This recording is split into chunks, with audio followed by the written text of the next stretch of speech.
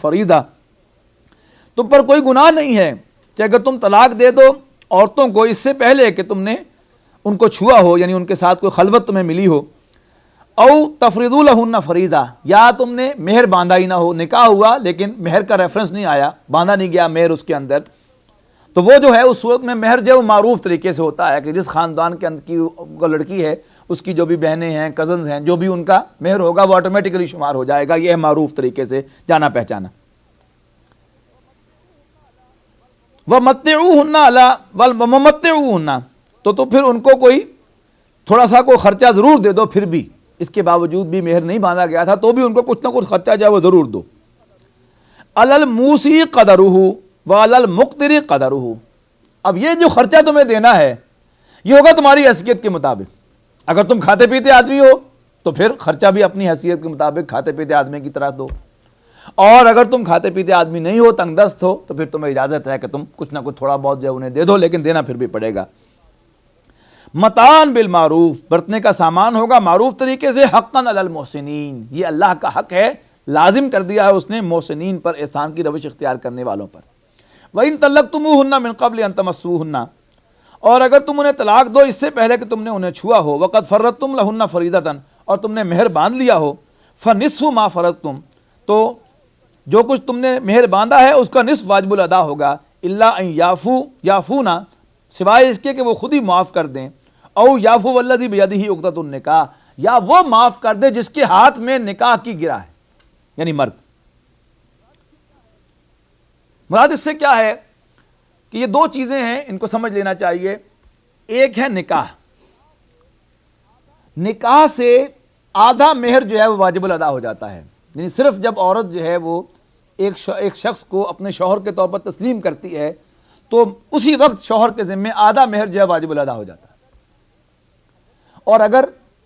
خلوت مل جائے، خواہ وہ ایک خلوت ہو، تو باقی کا بھی واجب الادا ہو جاتا ہے۔ اب یہ دو صورتیں ہو گئی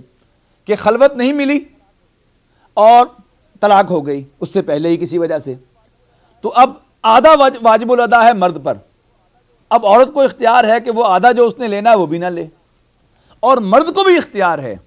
کہ وہ مرد ہونے کا ثبوت دے، عظمت کا ثبوت دے، بڑا بن کے دکھائے۔ ویسے بڑا بننے کا بڑا شوق ہے مرد کو، لیکن بڑا بن کے دکھاتا نہیں، وہ بڑا بن کے دکھائے، عظمت کا ثبوت دے کہ جو آدھا اس کو معاف ہو گیا ہے وہ بھی جو ہے اپنے پاس نہ رکھے، بلکہ جتنا مہر باندھا گیا تھا وہ پورا کا پورا ادا کر دے۔ یہ اس آیت سے مطلب ہے۔ وَأَن تَعْفُوا، اور اگر تم درگزر کرو، یعنی وہ بھی چھوڑ دو، اقرب للتقویٰ، تو یہ تقویٰ سے قریب تر ہے۔ وَلَا تَنْسَوُا الْفَضْلَ بَيْنَكُمْ، اور مت بھولو اس فضیلت کو جو اللہ نے تمہارے مابین اے مرد تمہیں دے دی۔ اللہ تعالیٰ نے فضیلت دی ہے نا مرد کو، اب مرد اپنی ورث پروف کرے، بڑا بن کے دکھائے، چھوٹی حرکتیں، کمینی حرکتیں، گھٹیا حرکتیں نہ کرے،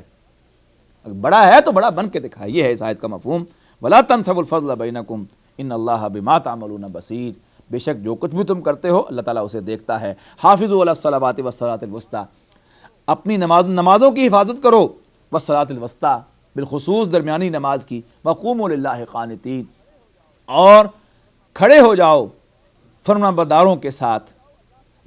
کھڑے ہو جاؤ اللہ کے لیے قانتین، فرمانبرداری کرتے ہوئے۔ فَإِنْ خِفْتُمْ، پس اگر تم ڈرو، فَرِجَالًا أَوْ رُكْبَانًا، یعنی اگر خوف کی کیفیت ہے، جنگ کی کیفیت ہے تو تم نماز پڑھ سکتے ہو، فَرِجَالًا أَوْ رُكْبَانًا، پیادے بھی اور سواری کی حالت میں بھی۔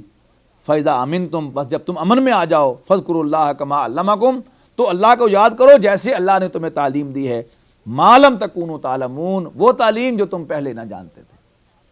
اسی سے بعض فقہا کا موقف یہ ہے کہ صرف صلاۃ الخوف جو ہے وہ ہر حالت میں پڑھی جا سکتی ہے، کہ آپ سواری کے اندر سفر کر رہے ہیں تو وہاں بیٹھے بیٹھے آپ نماز پڑھ لیں، جبکہ امن کی حالت میں جو سفر آپ کر رہے ہیں اس کے اندر بعض فقہا کے نزدیک جو ہے وہ بیٹھے بیٹھے نماز پڑھنا یا سواری کے اوپر جو ہے وہ چلتے چلتے نماز پڑھ لینا جو ہے وہ جائز نہیں ہے، جب تک آپ پوری جو پوزیشن ہے نماز کے تمام ارکان کو ادا نہ کر سکے۔ جبکہ بعض دوسرے فقہا جو ہیں اس کو پھر عام حکم سمجھتے ہیں کہ جس حالت میں بھی ہیں، خواب جو ہوائی جہاز میں بیٹھے ہیں تو سیٹ پہ بیٹھے بیٹھے نماز پڑھ لیں، ٹرین میں بیٹھے ہیں تو بیٹھے بیٹھے نماز پڑھ لیں، تو اختلاف جو ہے وہ اسی بنیاد پر ہے۔ فَإِذَا أَمِنْتُمْ، جب امن ہو گیا تو فَاذْكُرُوا اللَّهَ كَمَا عَلَّمَكُمْ، تو اللہ کو اس طرح یاد کرو جیسے اللہ نے تمہیں تعلیم دی ہے۔ وَالَّذِينَ يُتَوَفَّوْنَ مِنْكُمْ وَيَذَرُونَ أَزْوَاجًا، وصیت